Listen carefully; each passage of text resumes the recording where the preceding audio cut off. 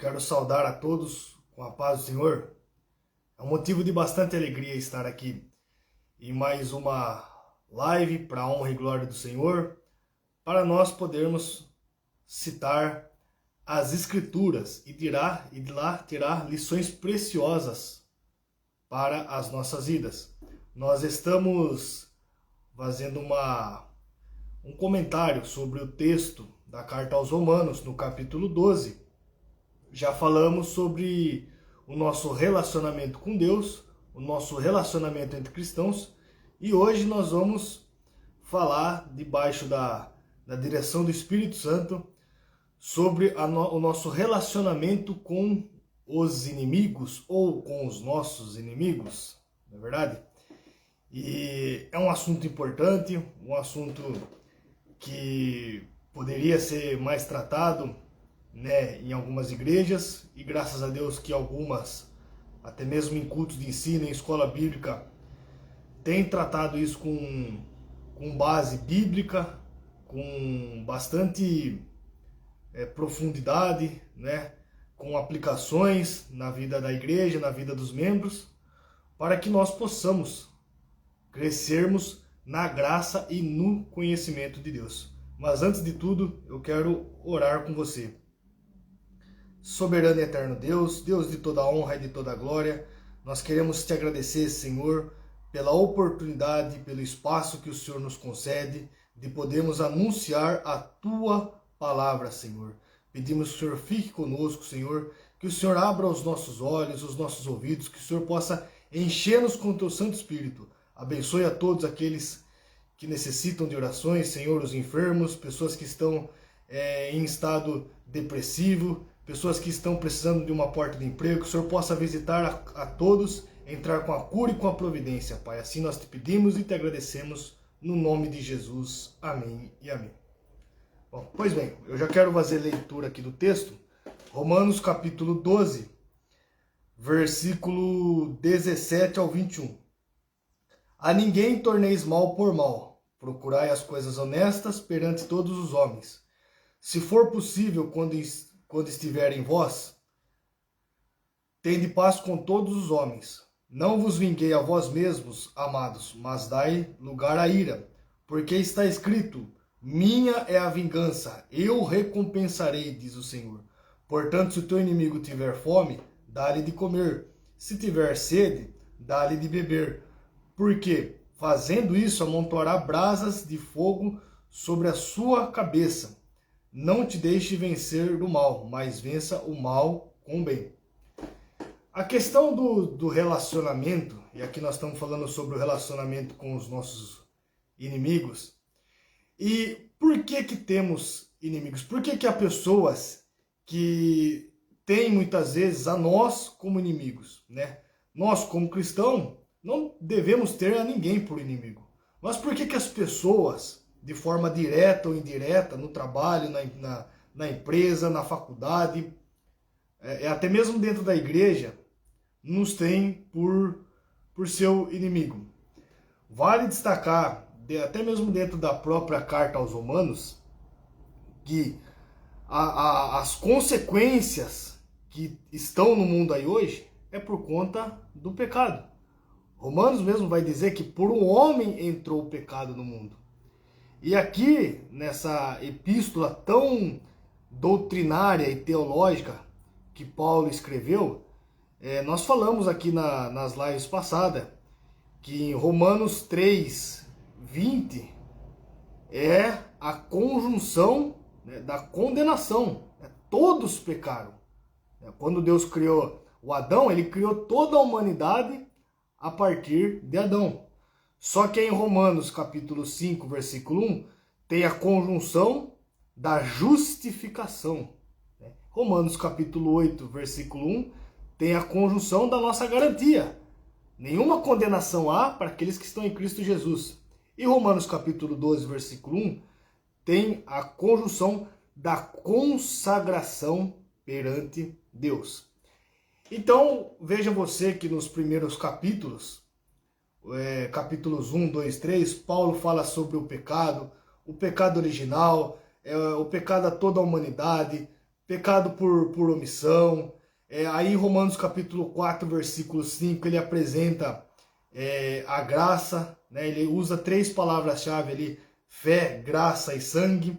Depois, ali no capítulo 6, 7, 8, Paulo, ele fala sobre essa luta contra a carne, ele relata o seu próprio drama, né? Ali no capítulo 7, um texto bem conhecido, o bem que eu quero fazer eu não faço, mas o mal que eu não quero fazer, esse sim eu faço.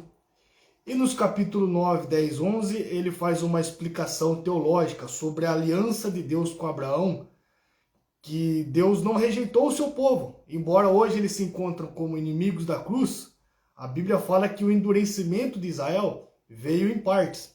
E por conta dessa rejeição, abriu-se uma porta aos gentios. Mas Deus não rejeitou o seu povo. Ele tratará com Israel num período escatológico, num período futuro. E do capítulo 12 até o capítulo 16, são conselhos mais práticos, né, para nós aplicarmos em nossa caminhada cristã. Então, o porquê de ter inimigos, ter difamações, calúnias, é por conta do pecado, né?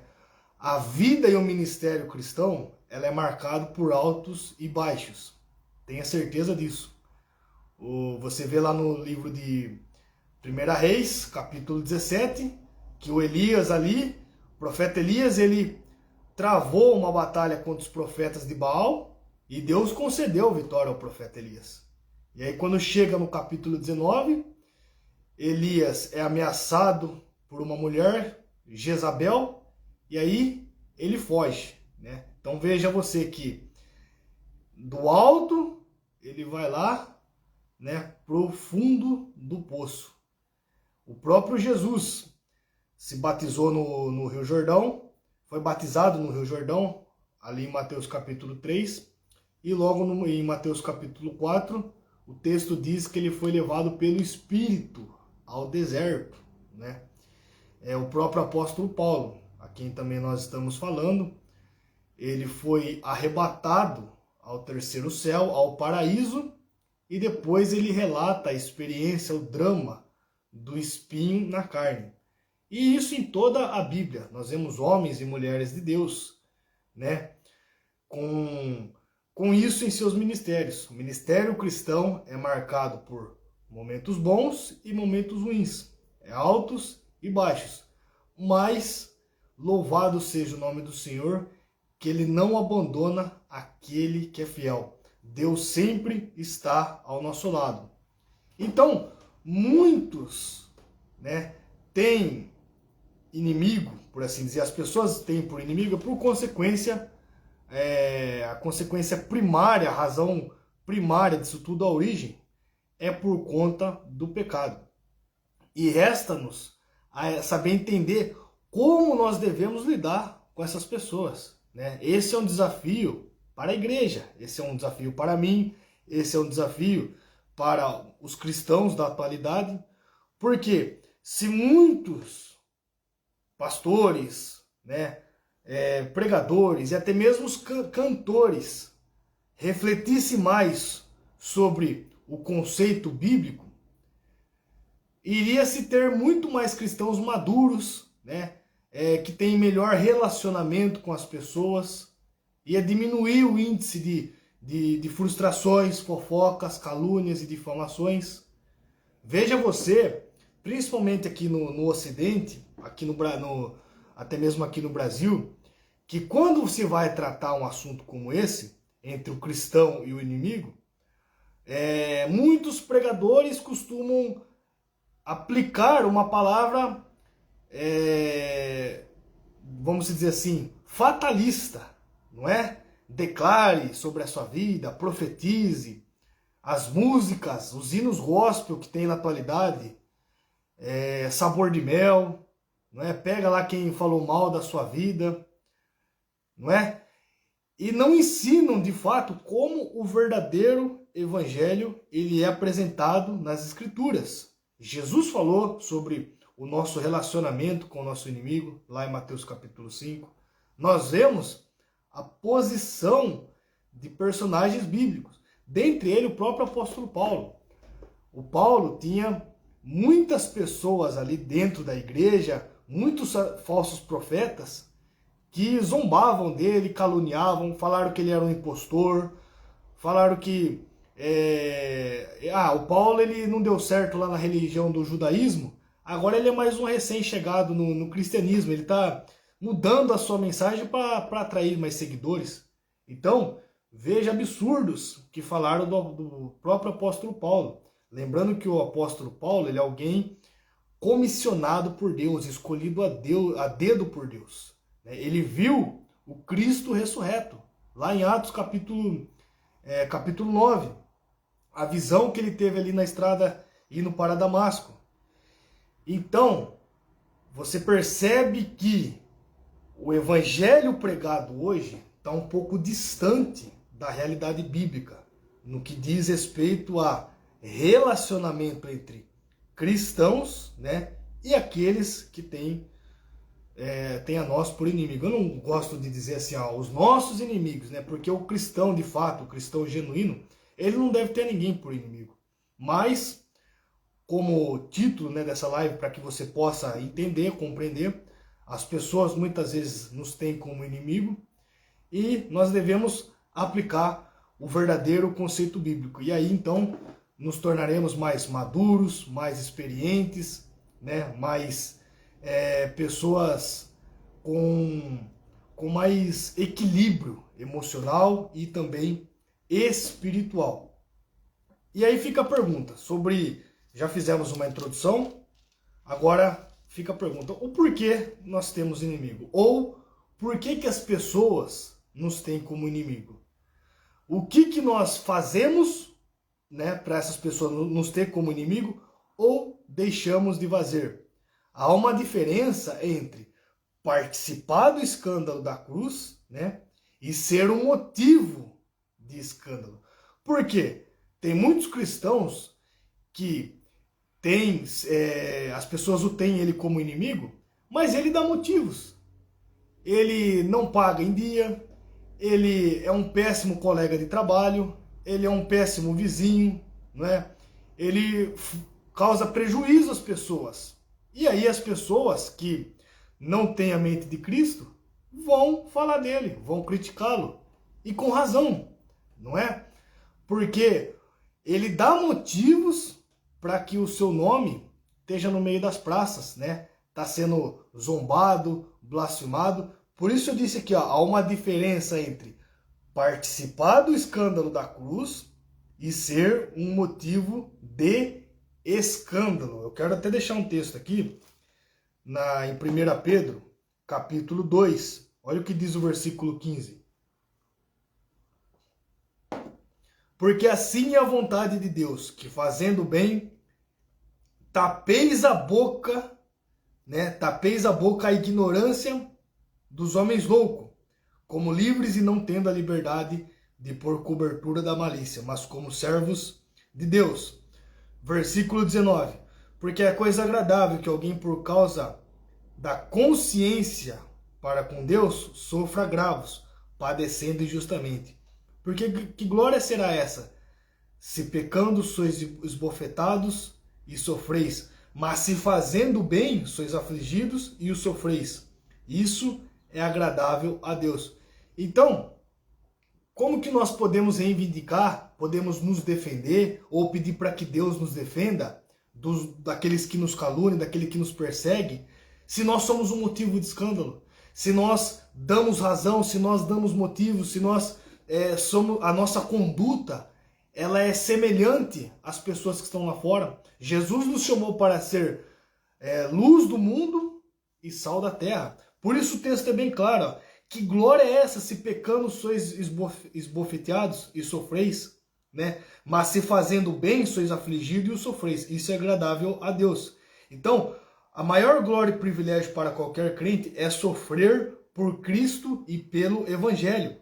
Nós fomos chamados a seguir o exemplo de Cristo, né? A seguir o exemplo dos apóstolos. Então, uma coisa é você ser um cristão genuíno na presença de Deus, um cristão que dá bom testemunho, dá bom exemplo, né? Aonde você está, não só dentro da igreja. E aí as pessoas falarem da sua vida injustamente. Aí sim você pode se alegrar, conforme o texto que nós lemos, porque assim foi com Cristo. Cristo não fez mal a ninguém, Cristo não pecou, e ridicularizavam dele, né? Zombaram dele. E a Bíblia fala para nós sermos imitadores de Cristo. Agora, do contrário, como que nós podemos reivindicar ou querer alguma glória, algum privilégio, que Deus entre com a defesa em nossas vidas, se nós pecamos, se nós praticamos as mesmas atitudes do mundo aí fora? Qual a glória que nós vamos ter? Por isso, no que diz respeito ao relacionamento entre cristão e inimigo, fica essa reflexão. O porquê que as pessoas têm por inimigo? O que eu tenho feito ou o que eu tenho deixado de fazer? Como está a minha conduta? Como está o exemplo meu, né, diante de Deus e diante dos homens? Seguindo o texto aqui, ó, Romanos capítulo 12, olha o que diz o versículo 17. A ninguém torneis mal por mal, procurai as coisas honestas perante todos os homens. Ou seja, quando alguém te prejudicar em alguma área, né, te criticar, falar mal, até mesmo não só você, mas a sua família, né, a sua esposa, os seus filhos, né, entregue na mão de Deus. Deixa que Deus entre na causa. Se você é um genuíno cristão, se as pessoas ali que estão ao seu lado também não deram motivos, né, deixa que Deus, ele defenda você. Claro que se você também errou com essa pessoa, se você disse o que não era para dizer, se você escapou-lhe ali uma palavra, né, nós aqui não somos melhores do que ninguém. Não estou dizendo que Deus também não vai defender esse cristão, mas fica uma reflexão, né, para nós não cairmos nos dois, não cair no extremo de viver uma vida afundada na lama e mesmo assim reivindicar a justiça de Deus. Mas se a gente se deslizou com alguém, se a gente teve um atrito, né, e essa pessoa nos tem por inimigo, entregue na mão de Deus primeiramente, tente se reconciliar com essa pessoa, assuma os seus erros, não é? E saiba que a sua parte você fez e Deus, ele vai te abençoar. Se a pessoa ainda insiste em recusar perdão, insiste em te criticar, em ter você por inimigo, né? Aí já é uma outra questão. Continue orando pela vida dela, né? Não guarde ira, mágoas em seu coração. E o mais importante, né? A ninguém torneis mal por mal. Veja você que esse texto, ele é muito claro. Eu me lembro lá no texto de 2 Reis, no capítulo 5, né, muito se fala sobre a cura, né, de Naamã, mas pouco se pregam sobre uma jovem anônima, né, a serva de Naamã, aquela menina que foi levada cativa ali pelo exército invasor, pelo exército inimigo. Ela foi tirada da sua nação, da sua pátria e levada cativa para ser uma escrava, para ser uma serva, né? Mas ela viu que ali o seu senhor, que passou a ser o próprio Naamã, ele estava acometido de uma lepra. E ela disse assim, ó, lá em 2 Reis capítulo 5, se esse profeta, se o meu senhor tivesse diante do profeta de Israel, ele o restauraria. Ou seja, aquela jovem, aquela serva, ela poderia ter pagado mal com mal, não é? Ela poderia pelo menos se omitir.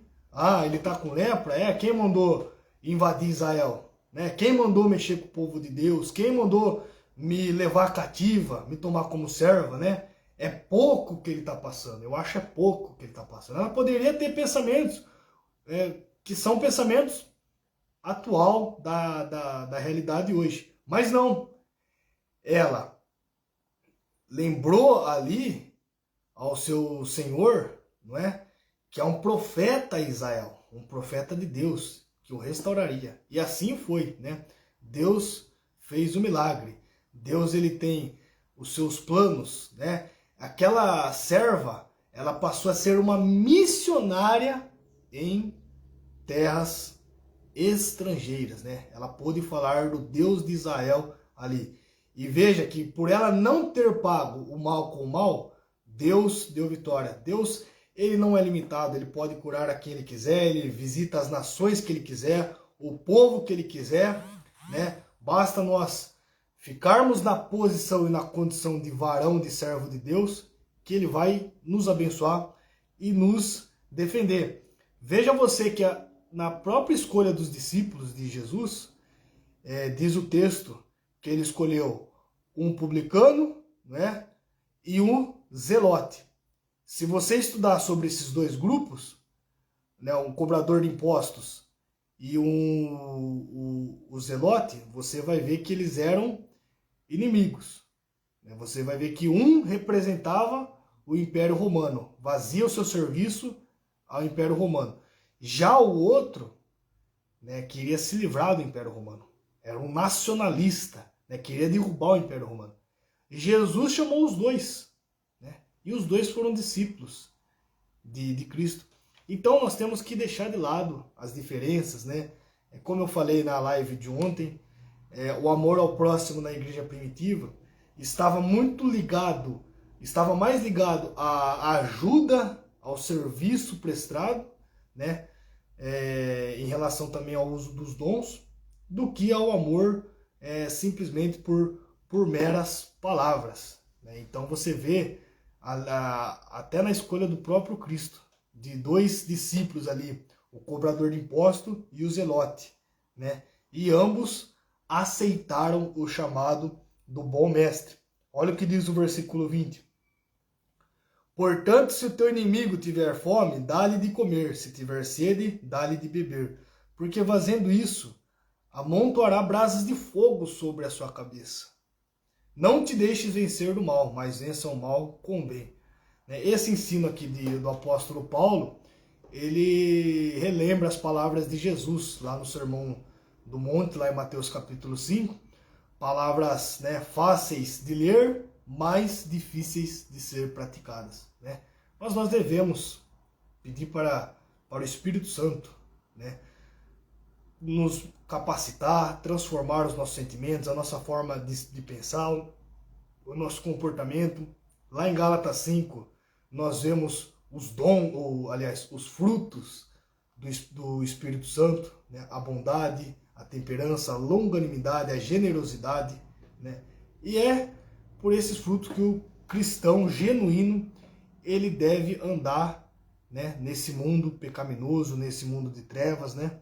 Porque Jesus falou que nós somos o sal da terra e a luz do mundo.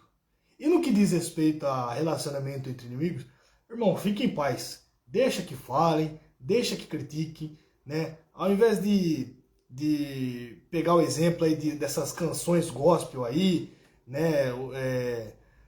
O Sabor de Mel e muitas outras, essa pregação fatalista, né? Dizendo que tudo é obra do inimigo, dizendo que se está acontecendo isso é porque você pode estar em pecado. Não, olhe para a palavra de Deus com mais atenção, com mais cuidado, né? E peça ajuda do Espírito Santo. E não queira ir lá tirar satisfação, não queira lá brigar, né? Deixa que Deus ele defenda. Apenas faça o que o texto está falando, né? Se o teu inimigo tiver fome, dá-lhe de comer. Se tiver sede, dá-lhe de beber. Porque fazendo isso, olha só a promessa, amontoará brasas de fogo sobre a sua cabeça. Não te deixe vencer do mal, mas vença o mal com o bem.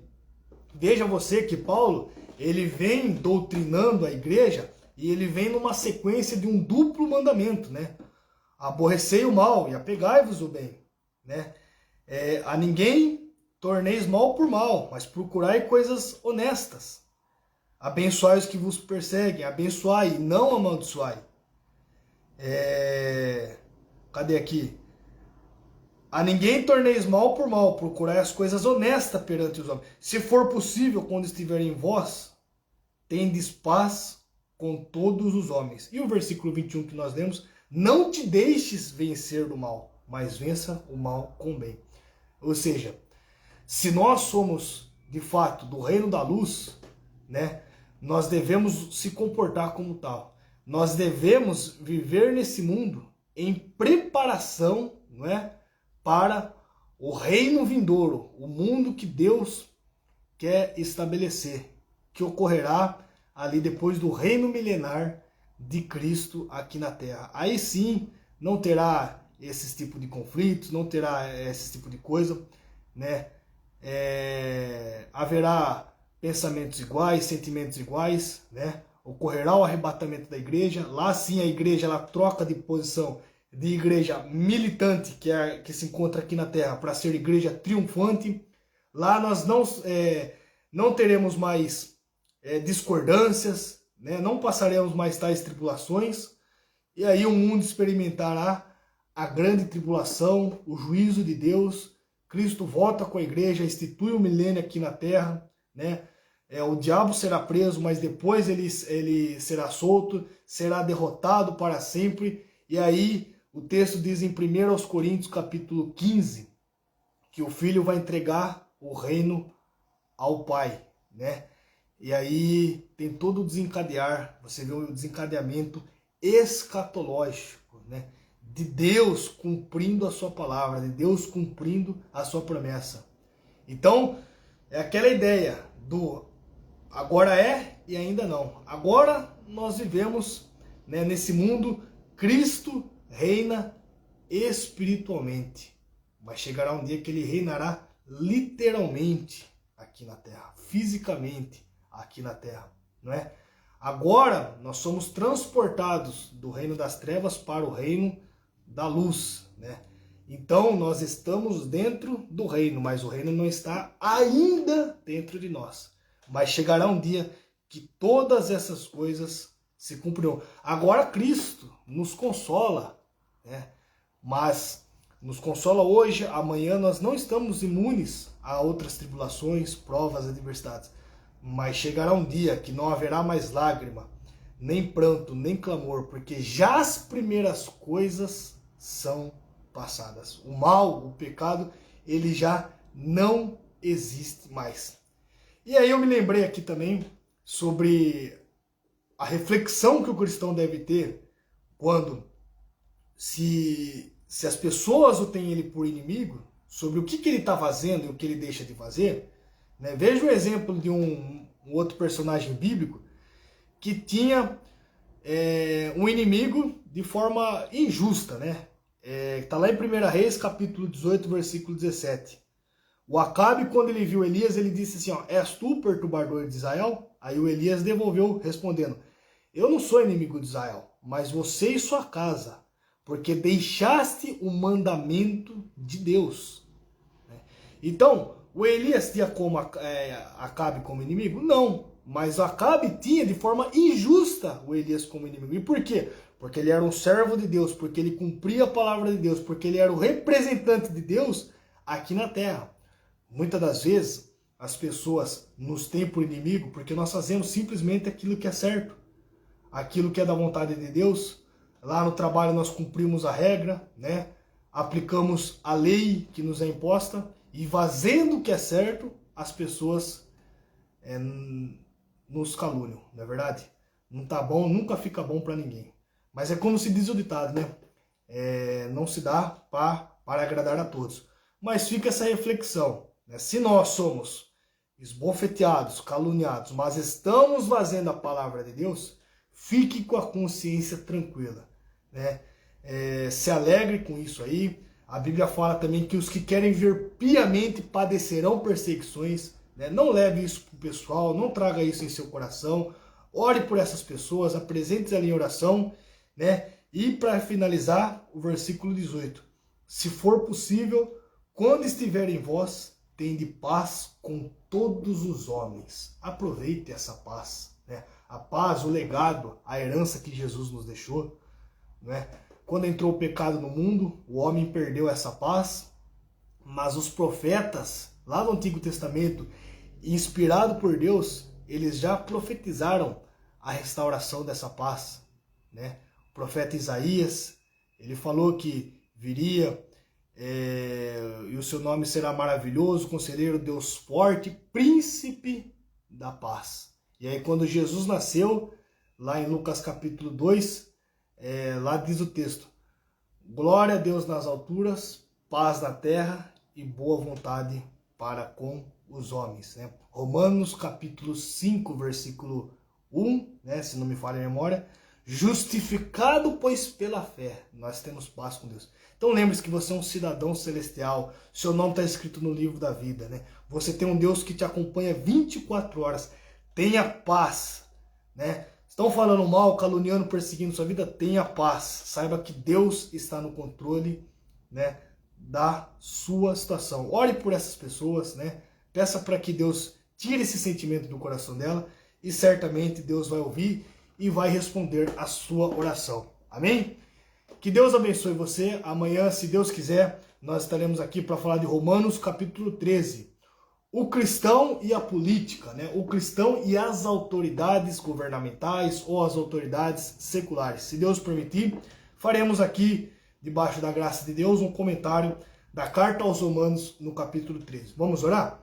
Senhor nosso Deus e Pai, Pai de nosso Senhor e Salvador Jesus Cristo, te louvamos e te agradecemos, Senhor, pelo privilégio que o Senhor nos concede de falarmos a Tua palavra, Senhor. Pedimos que o Senhor visite a cada um que assistiu, que irá assistir essa live depois, que o Senhor possa ensinar, Senhor, o Espírito Santo de Deus, o nosso professor, que o Senhor possa trabalhar, quebrantar o coração, Senhor. Visite aqueles que nos caluniam, Senhor, aqueles que nos amaldiçoam, Senhor, aqueles que nos querem o mal, que o Senhor possa abençoar, que o Senhor possa repreender todo sentimento, Senhor, que não provém de Ti, que o Senhor venha repreender todo o trabalhar do inimigo, Senhor. Assim nós pedimos e te agradecemos, no nome de Jesus. Amém e amém. Que Deus abençoe sua vida, um forte abraço e até lá.